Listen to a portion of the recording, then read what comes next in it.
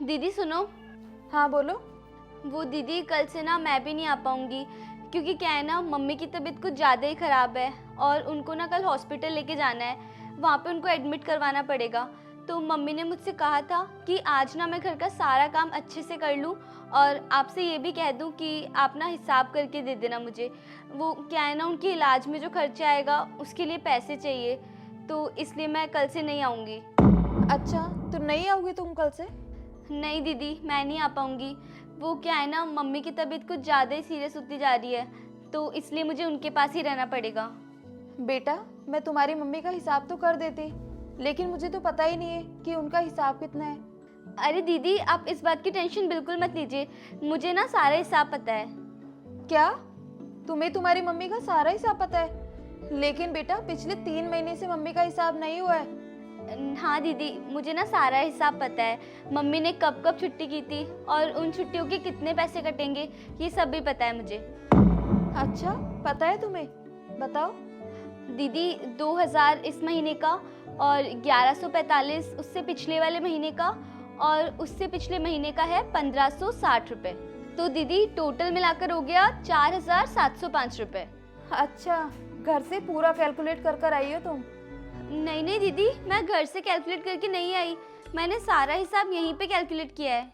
क्या? घर से नहीं करके? लेकिन तुम्हारा माइंड इतना शार्प कैसे हो सकता है?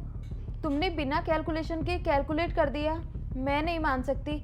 अच्छा ठीक है, मैं तुम्हें कुछ नंबर्स देती हूँ, अगर तुम उन्हें कैलकुलेट करके बता दोगी तो मैं मान जाऊँगी कि तुमने खुद कैलकुलेट किए है। ठीक है दीदी।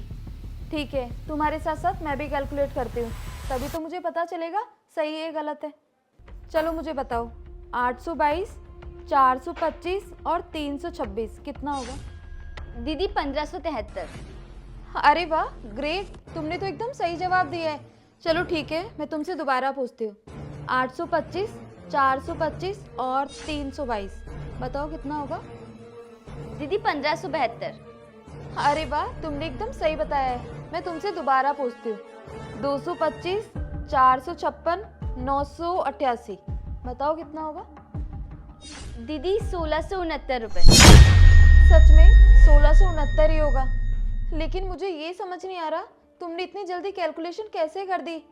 तुम तो मेरे अकॉर्डिंग स्कूल भी नहीं जाती होंगी, यहाँ काम करने जो आती हो तुम, और पढ़ने का टाइम तुम्हें मिलता नहीं होगा, तो फिर ये सब कैसे कर सकती हो तुम?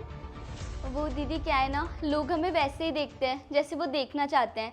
वो लोग कभी भी ये नहीं सोचते कि हम जैसे गरीब लोग भी अगर कुछ ठान ले और अगर वो अपनी लाइफ में कुछ करना चाहे ना तो वो भी कर सकते हैं।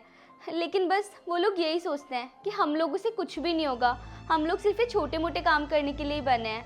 मेरी मम्मी भी ना ये काम इसलिए करती है ताकि वो मुझे अच्छे से पढ़ा लिखा सके, लेकिन मम्मी को देख के ना मुझे बिल्कुल भी अच्छा नहीं लगता कि वो दूसरों के घरों में जाकर ऐसे काम करती है। बट उनकी भी मजबूरी है, क्योंकि पापा के चले जाने के बाद उनके ऊपर ही पूरी घर की जिम्मेदारी आ गई और उनको ही सारा काम करना पड़ता है। लेकिन ये सब देख के ना मुझे बिल्कुल भी अच्छा नहीं लगता और मैं चाहती हूँ कि मैं अपनी लाइफ में इतना पढ़ लिख लूँ कि अपनी मम्मी को ना कभी ये काम नहीं करने दूँ और उनको ना मेरे ऊपर बहुत गर्व हो। अरे वाह, ये तो बहुत अच्छी सोच है तुम्हारी। तुम 2 मिनट रुको, मैं अभी आती हूँ। ये लो बेटा तुम्हारे पैसे, और आज से तुम्हें पढ़ाई की चिंता करने की कोई ज़रूरत नहीं है। तुम्हारी पढ़ाई का सारा खर्चा मैं उठाऊंगी। ये पूरे 15,000 रुपए हैं, तो इसमें से तुम्हारी मम्मी की सैलरी भी है और जो बाकी पैसे बचेंगे वो तुम्हारी मम्मी के इलाज में काम में ले लेना। मुझे सच में नहीं पता था कि तुम इतनी ज़्यादा टैलेंटेड हो, वरना मैं तुम्हें यहाँ का भी काम नहीं करने देती। और तुम्हें मैं सच बताऊँ, मैं तो बच्चों के काम के वैसे भी खिलाफ थी, पर तुम्हारी मम्मी तुम्हें रोज रोज भेज दिया करती थी, तो बस मुझे उन्हें मना करना बिल्कुल भी अच्छा नहीं लगता था। और आज के बाद ना तुम्हें और तुम्हारी मम्मी को टेंशन करने की कोई ज़रूरत नहीं है। तुम्हारी मम्मी के इलाज में जितना भी खर्चा आएगा वो सब मैं देखूंगी और तुम्हारी पढ़ाई का खर्चा भी मैं देखूंगी, ठीक है? बस तुम मन लगाकर पढ़ाई करना और अपनी मम्मी का नाम जरूर रोशन करना। ये लो पैसे। थैंक यू सो मच दीदी।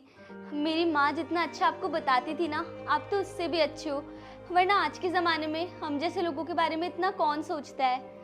और मैं अपनी माँ को ये बात बताऊंगी ना तो वो तो बहुत खुश हो जाएंगी। मैं अभी तक पढ़ाई इसलिए नहीं कर पा रही थी क्योंकि ना हमारे पास उतने पैसे नहीं रहते थे। बस इसीलिए थोड़ा बहुत घर में पढ़ लेती थी।